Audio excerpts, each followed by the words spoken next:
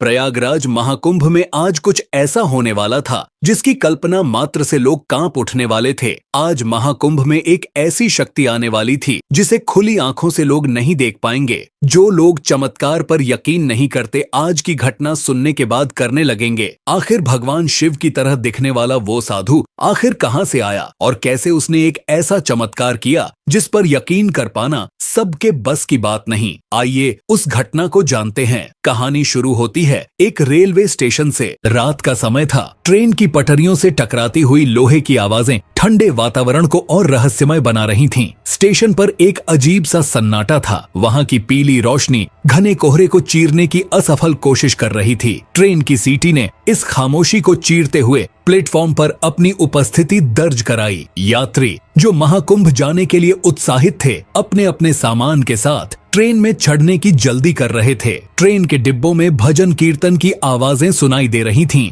जिससे एक भक्तिमय माहौल बन गया था। लेकिन इस शांति और भक्ति के बीच ट्रेन के अंतिम डिब्बे में कुछ अलग ही घटित हो रहा था। उस डिब्बे में एक कोने में एक व्यक्ति बैठा हुआ था। उसकी उपस्थिति ने पूरे डिब्बे को भय और चुप्पी से भर दिया था। वह और कोई नहीं, एक अघोरी साधु था। कहानी में आगे बढ़ने से पहले अगर आप भी भगवान को मानते हैं तो वीडियो को लाइक करके कमेंट बॉक्स में हर हर महादेव जरूर लिखिए। अघोरी का स्वरूप मानो अंधकार से निकला हुआ था। उसकी लंबी घनी जटाएं उसके कंधों से लटक रही थीं, जिनमें बर्फ और राख की परतें जमा थीं। उसकी आंखें बंद थीं, लेकिन ऐसा लगता था जैसे वह हर किसी को देख सकता हो। उसके चेहरे पर भस्म का लेप था जो उसे एक अलौकिक आभा दे रहा था। उसके गले में मुंडमाला लटकी हुई थी जिसमें छोटे छोटे नरमुंड पिरोए गए थे। उसकी काया बेहद विशाल और भारी लग रही थी। ऐसा प्रतीत हो रहा था जैसे किसी पर्वत की चट्टान को मानवीय रूप दे दिया गया हो। उसकी त्वचा पर राख और धूल की मोटी परतें थीं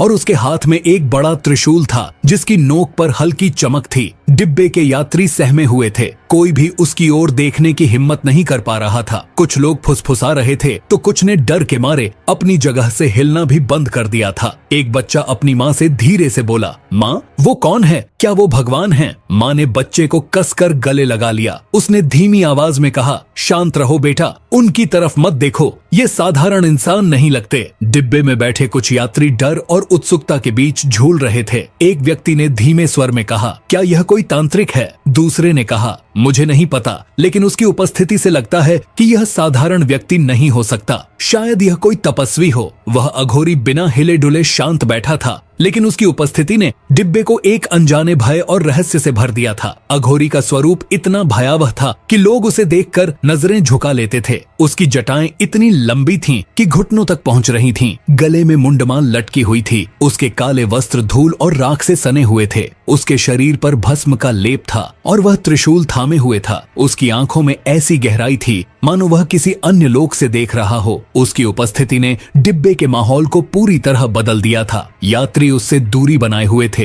कुछ ने अपने सामान को और करीब खींच लिया मानो वह उनसे कुछ छीन लेगा। डिब्बे के भीतर का माहौल तेजी से बदल रहा था। यात्रियों के बीच हल्की हल्की फुसफुसाहटें शुरू हो चुकी थीं, जो धीरे धीरे डर और अनिश्चितता में बदल रही थीं। अघोरी की रहस्यमयी उपस्थिति ने हर किसी के दिल में एक अनजाना भय भर दिया था। डिब्बे में बैठे लोग उसकी ओर देखना चाहते थे, लेकिन उनकी नजरें उसके भारी त्रिशूल और गले में झूलती मुंडमाला पर अटक जाती थीं। यह दृश्य इतना भयावह था कि हर कोई अपनी जगह पर जड़वत बैठा था। एक वृद्धा जो डिब्बे के एक कोने में बैठी थी ने धीरे से अपने पति से कहा, यह साधु कैसा है? मैं अपने जीवन में ऐसा कभी नहीं देखी। इसकी जटाएं और यह मुंडमाला, यह कोई सामान्य संत नहीं लगता। उसके पति ने सिर झुकाते हुए फुसफुसाकर जवाब दिया, शायद यह जंगलों का कोई तपस्वी है। हमें इसे परेशान नहीं करना चाहिए। भगवान जाने यह किस शक्ति का प्रतिनिधि है। एक युवा जोड़ा जो अपनी छोटी बच्ची के साथ यात्रा कर रहा था पूरी तरह डरा हुआ था। बच्ची ने मासूमियत से अपनी माँ से पूछा, माँ बाबा इतने बड़े क्यों हैं? उनके पास ये त्रिशूल क्यों है? माँ ने तुरंत बच्ची को अपनी गोद में खींच लिया और उसे धीरे से डांटा, शांत रहो, उधर मत देखो, वह कोई साधारण व्यक्ति नहीं है। बच्ची चुप हो गई, लेकिन उसकी आंखों में अघोरी के लिए जिज्ञासा अभी भी चमक रही थी। उसने धीरे धीरे अपने पिता से पूछा, क्या वो भगवान हैं पापा? पिता ने कोई जवाब नहीं दिया। उनके चेहरे पर पसीने की बूंदें साफ दिखाई दे रही थीं। उन्होंने बस अपनी पत्नी की ओर देखा और सिर हिलाकर चुप रहने का इशारा किया। डिब्बे के एक और कोने में दो युवक बैठे थे। उनकी बातचीत भी अघोरी की ओर ही केंद्रित थी। भाई, यह आदमी कौन हो सकता है? यह बिल्कुल साधारण नहीं लगता। पहले युवक ने कहा, तूने उसके हाथ का त्रिशूल देखा? वह किसी फिल्म का दृश्य लग रहा है। मुझे तो डर लग रहा है। दूसरे ने कांपते हुए जवाब दिया। पहले युवक ने फुसफुसाते हुए कहा, सुना है कुछ अघोरी अपनी तपस्या के बाद भगवान शिव के विशेष आशीर्वाद से दिव्य शक्तियां प्राप्त कर लेते हैं। यह कहीं वैसा तो नहीं? उनकी बातें सुनकर पास बैठा एक वृद्ध व्यक्ति बोल पड़ा, तुम लोग सच कह रहे हो। मैंने अपने दादा से सुना था कि ऐसे संतों को परेशान नहीं करना चाहिए। वे किसी को आशीर्वाद दे सकते हैं, लेकिन क्रोध में आ जाएं तो बहुत बड़ा संकट ला सकते हैं। डिब्बे में बैठे एक बुजुर्ग दंपत्ति ने यह सब सुना और महिला ने धीरे धीरे अपनी आंखें बंद करके भगवान शिव का नाम जपना शुरू कर दिया। उसकी धीमी प्रार्थना की आवाज बाकी यात्रियों को भी सुनाई दे रही थी। उसने कहा, हे भोलेनाथ, हमें इनकी कृपा से बचाए रखना। ये कोई साधारण इंसान नहीं है। उसके पति ने धीरे से उसका हाथ पकड़ा और कहा, तुम्हारा सही कहना है, हमें बस प्रार्थना करनी चाहिए। यह इंसान नहीं, कुछ और ही है। धीरे धीरे डिब्बे का शोर लगभग थम गया। हर किसी की फुसफुसाहट अब खामोशी में बदल चुकी थी। यात्री अपनी सीटों पर सिमट कर बैठे हुए थे। बच्चों की किलकारियां और यात्रियों की बातचीत पूरी तरह से रुक चुकी थीं। सिर्फ ट्रेन की पटरियों से टकराने की आवाज और अघोरी की गहरी सांसों की गूंज डिब्बे में सुनाई दे रही थी। एक यात्री, जो शायद इस तरह के साधुओं को पहली बार देख रहा था, ने अपने पास बैठे व्यक्ति से धीरे धीरे पूछा, भाई साहब, क्या यह सच में भगवान शिव के भक्त हो सकते हैं? इनकी उपस्थिति से ऐसा लगता है जैसे यहाँ कोई बड़ी बात होने वाली है। उसके साथी ने धीरे से जवाब दिया, कौन जाने, लेकिन इनकी तरफ ज्यादा ध्यान मत दो। ये लोग आम इंसान नहीं होते। अगर इन्हें छेड़ा तो अनहोनी हो सकती है। अचानक अघोरी ने हल्की सी करवट ली। उसकी जटाएं उसकी छाती से हटकर कंधों पर गिर गईं। उसके गले की मुंडमाला हल्की सी खनकने लगी। यह मामूली सी हरकत भी यात्रियों के लिए किसी बड़े धमाके जैसी थी। एक महिला ने घबराकर अपने बच्चे को कसकर पकड़ लिया। उसने अपने पति से कहा, मैं इस डिब्बे में नहीं रह सकती, हमें अगले स्टेशन पर उतर जाना चाहिए। उसके पति ने उसे शांत करते हुए कहा, शांत रहो, यह सिर्फ ध्यान कर रहा है, हमें इससे कोई खतरा नहीं होगा अगर हम इसे परेशान न करें। ट्रेन में मौजूद 3 पुलिसकर्मी जो अपनी सुरक्षा ड्यूटी के लिए महाकुंभ जा रहे थे, अब तक अन्य यात्रियों की तरह शांत थे, लेकिन अघोरी की उपस्थिति ने उनके भीतर भी हलचल मचा दी थी। वे एक कोने में बैठे उसकी हरकतों पर नजर रख रहे थे। यह आदमी बेहद अजीब लग रहा है, इतना डरावना और विचित्र वेशभूषा, हमें इसे चेक करना चाहिए। एक पुलिसकर्मी ने धीरे से कहा, लेकिन ये साधारण इंसान नहीं लगता,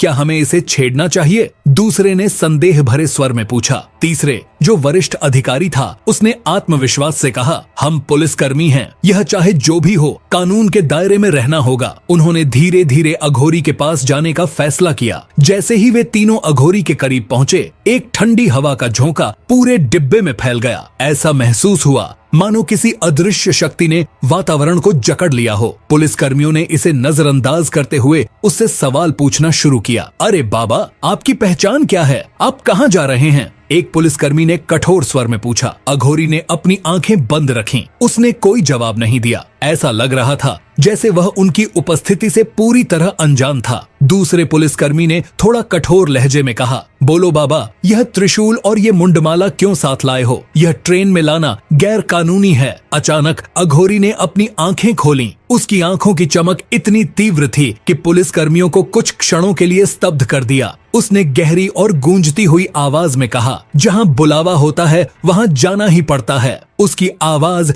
डिब्बे की दीवारों से टकरा कर गूंजने लगी। यात्रियों ने इसे सुना और उनकी घबराहट और बढ़ गई। वरिष्ठ अधिकारी ने अपना आत्मविश्वास बनाए रखा और कहा, बाबा, हमें आपकी जांच करनी होगी। आप संदिग्ध लग रहे हैं, कृपया हमारे साथ चलें। जैसे ही उन्होंने अघोरी को उठाने की कोशिश की, एक अजीब बात हुई। उनका हाथ अघोरी के शरीर को छूते ही ठिठक गया। वह साधु इतना भारी लग रहा था कि उसे हिलाना भी असंभव प्रतीत हो रहा था। तीनों पुलिसकर्मियों ने मिलकर उसे उठाने की कोशिश की, लेकिन वह अपनी जगह से 1 इंच भी नहीं हिला। डिब्बे में बैठे यात्रियों ने यह दृश्य देखा और उनकी सांसें थम गईं। एक व्यक्ति फुसफुसाते हुए बोला, यह कोई सामान्य इंसान नहीं है, इसे मत छेड़ो। वरिष्ठ अधिकारी, जो अब तक पूरी तरह आत्मविश्वास से भरा हुआ था, अब असमंजस में था। उसने अपने साथियों से कहा, यह असंभव है, एक इंसान इतना भारी कैसे हो सकता है? दूसरे ने कहा, सर, मुझे लगता है कि यह कोई साधारण व्यक्ति नहीं है, हमें इसे और परेशान नहीं करना चाहिए। लेकिन अधिकारी ने आदेश दिया, हम इसे यूं ही नहीं छोड़ सकते। अगले स्टेशन पर और पुलिस बल बुलाते हैं। पुलिस कर्मियों ने जैसे ही स्टेशन मास्टर को सूचना दी, अघोरी ने गहरी सांस ली और धीमे स्वर में कहा, मुझे छूने की कोशिश मत करो, तुम्हारे लिए यही बेहतर होगा। उसकी आवाज इतनी धीमी थी कि लग रहा था जैसे वह सीधे उनके दिमाग में गूंज रही हो। वरिष्ठ अधिकारी ने यह सुनकर झुंझलाते हुए कहा, हम अपनी ड्यूटी कर रहे हैं, तुम हमें डराने की कोशिश मत करो। अगले स्टेशन पर ट्रेन रुकी और 6 और पुलिसकर्मी डिब्बे में आए। अब कुल 9 लोग उस अघोरी को हटाने के लिए तैयार थे।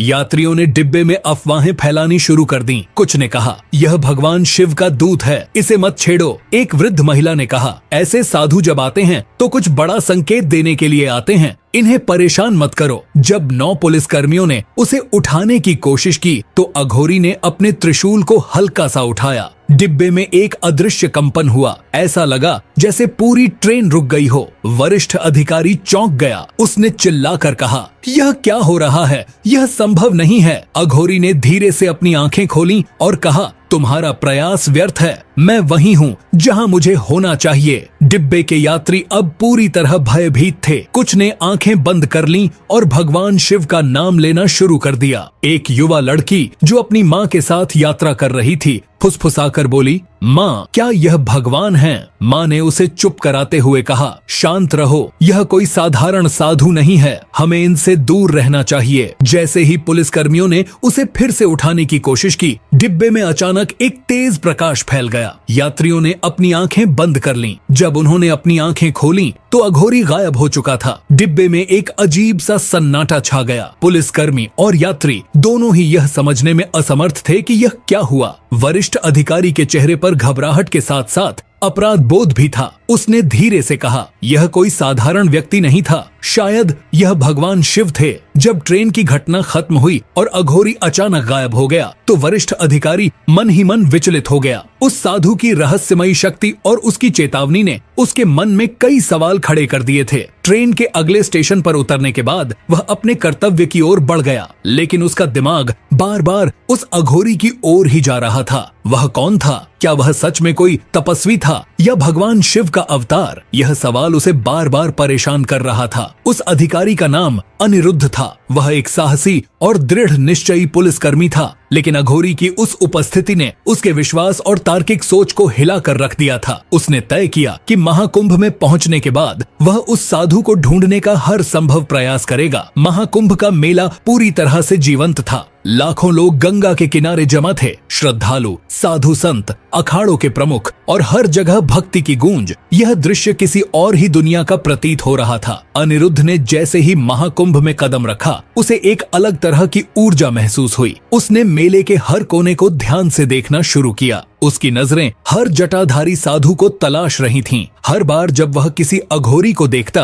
तो उसकी उम्मीदें बढ़ जातीं, लेकिन कोई भी वैसा नहीं दिखा जैसा वह ट्रेन में मिला था। एक सहकर्मी ने उससे पूछा, सर, आप इतने परेशान क्यों दिख रहे हैं? सब ठीक है ना? अनिरुद्ध ने थोड़ी झिझक के बाद कहा, कुछ है जिसे मैं ढूंढ रहा हूँ। अगर वह मुझे मिल जाए तो शायद मेरी जिंदगी बदल जाएगी। सहकर्मी ने इसे गंभीरता से नहीं लिया और मुस्कुराते हुए चला गया, लेकिन अनिरुद्ध ने हार नहीं मानी। मेले के अगले कुछ दिनों में अनिरुद्ध ने हर शिविर, हर अखाड़े और गंगा किनारे के हर हिस्से को खंगाला। वह हर साधु से बात करता, लेकिन उसका सवाल अधूरा ही रह जाता। एक दिन उसने एक वृद्ध साधु से पूछा, बाबा, क्या आपने किसी ऐसे अघोरी को देखा है जो बेहद भारी भरकम हो और गले में मुंडमाला पहनता हो? वृद्ध ने कुछ पल सोचा और कहा, बेटा, अघोरी तो बहुत होते हैं, लेकिन जिसे तुम ढूंढ रहे हो वह साधारण नहीं लगता। ऐसे संत कभी कभी ही प्रकट होते हैं। अनिरुद्ध को इस जवाब से संतोष नहीं हुआ, लेकिन उसने अपनी खोज जारी रखी। महाकुंभ में उसकी व्यस्तता के कारण वह अपने परिवार से संपर्क नहीं कर पा रहा था। उसकी बेटी पिछले कुछ महीनों से गंभीर रूप से बीमार थी। डॉक्टरों ने उसे जवाब दे दिया था और यह बात अनिरुद्ध को भीतर से तोड़ रही थी। ट्रेन में अघोरी के साथ हुई घटना ने उसके मन में एक अजीब सी उम्मीद जगा दी थी। उसे विश्वास था कि यदि वह उस साधु को ढूंढ पाएगा तो उसकी बेटी ठीक हो जाएगी। एक शाम जब वह गंगा किनारे बैठा हुआ था, उसने अपने परिवार की तस्वीर देखी और मन ही मन भगवान से प्रार्थना की। उसने कहा, हे भोलेनाथ, अगर वह साधु आपका दूत था तो मुझे उसका दोबारा दर्शन करा दीजिए। मैं अपनी बेटी को बचाने के लिए कुछ भी कर सकता हूँ। कई दिनों की खोज और निराशा के बाद एक सुबह जब अनिरुद्ध गंगा के घाट पर टहल रहा था, उसने वहीं अघोरी देखा। वह एक बड़े पीपल के पेड़ के नीचे ध्यान मग्न बैठा था। उसकी जटाएं और मुंडमाला और हाथ में त्रिशूल देखकर अनिरुद्ध को यकीन हो गया कि यह वही है। उसने तेजी से उसकी ओर कदम बढ़ाए, लेकिन जब वह करीब पहुंचा तो उसके कदम धीमे हो गए। अघोरी के आसपास का माहौल अजीब तरह से शांत था। अनिरुद्ध ने झुककर हाथ जोड़ते हुए कहा, बाबा कृपया मेरी मदद कीजिए, मेरी बेटी की हालत बहुत खराब है। डॉक्टरों ने उसे जवाब दे दिया है। मुझे विश्वास है कि आप उसे बचा सकते हैं। अघोरी ने अपनी आंखें खोलीं। उनकी आंखों में वही गहराई और दिव्यता थी जो अनिरुद्ध ने ट्रेन में देखी थी। उसने मुस्कुराते हुए कहा, तुम्हारा विश्वास तुम्हें सही दिशा में ले आया है। अब अपने घर फोन करो, तुम्हारी बेटी ठीक है। अनिरुद्ध ने विश्वास और संदेह के बीच तुरंत अपने फोन से घर पर कॉल किया। फोन की दूसरी ओर उसकी पत्नी की आवाज थी। उसने कहा, अनिरुद्ध यह चमत्कार हो गया, हमारी बेटी अब बिल्कुल ठीक है। वह खुद से चल भी पा रही है और उसने खाना भी खाया। डॉक्टर भी हैरान हैं। यह सुनते ही अनिरुद्ध की आंखों में आंसू आ गए। उसने अघोरी के चरणों में गिरकर धन्यवाद दिया। उसने कहा, बाबा आप भगवान शिव का अवतार हैं। आपने मुझे और मेरे परिवार को नई जिंदगी दी है। अघोरी ने उसे उठाया और कहा, जो सत्य है वह हमेशा तुम्हारे भीतर है, बस उसे पहचानने की आवश्यकता होती है। यह कहकर अघोरी धीरे धीरे वहां से गायब हो गया। अनिरुद्ध ने अपनी आंखों से उसे गायब होते देखा। वह स्तब्ध रह गया, लेकिन उसके मन में शांति और आभार की भावना थी। उस दिन के बाद अनिरुद्ध का जीवन बदल गया। वह अपने काम में और भी समर्पित हो गया और हर किसी की मदद करने की कोशिश करने लगा। उसके मन में यह विश्वास घर कर गया था कि भगवान शिव ने उसे नई राह दिखाई है। महाकुंभ की वह यात्रा न केवल उसके परिवार को नई जिंदगी दे गई, बल्कि उसे अध्यात्म और विश्वास की गहराई भी सिखा गई। वह हमेशा के लिए उस अघोरी को अपने दिल में बसाए रखता था।